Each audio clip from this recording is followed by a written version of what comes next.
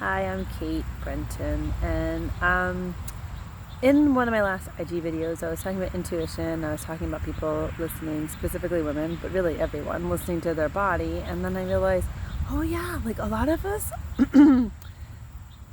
don't remember how to listen to our bodies because we were taught to like power through those cues.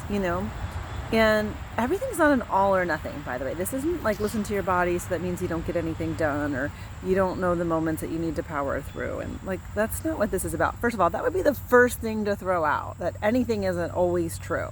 Okay, that's my first tip for you. There is no always and never. There's no always and never. However, if you start to listen to yourself more, and your most trusted friend is actually your body. In doing body work, I would I'd often joke with my clients and they're like, I have a bad shoulder. I'm like, don't call your shoulder bad because it might be compromised, it might have an injury, but just labeling something as bad, like you don't want to be labeled as the bad daughter, do you? Like, don't label your body parts with negative adjectives, first of all. I guess that's the second of all for today. The next thing is that when I talk about listening to your body, you'd have to sort of make some space to hear it. Little kids are really good at this. If they're hungry, they scream. If they're tired, they scream. They act out. But it's actually an open communication loop. They don't know how to communicate with us, and we may be perplexed, but they're clear that their system isn't running and something needs to change for it. Unfortunately, I think a lot of adults, something isn't running correctly, and we've learned how to silence it.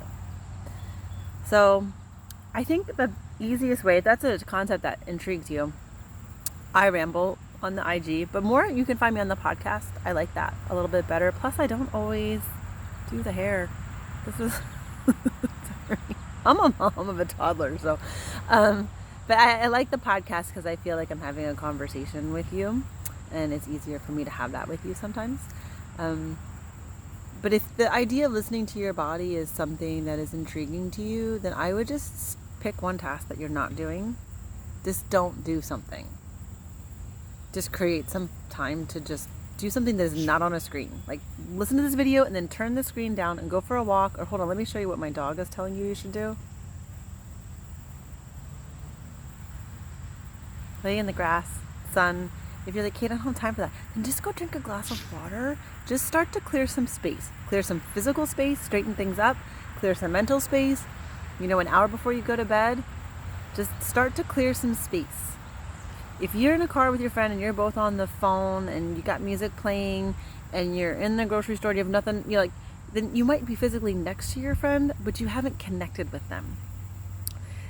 Apparently, for humans right now, being in a physical body doesn't mean that you even realize often that it's your friend. As you complain about it, I've said this before, as you complain about it, you are using the faculty that you don't enjoy to complain about it, and it's doing it.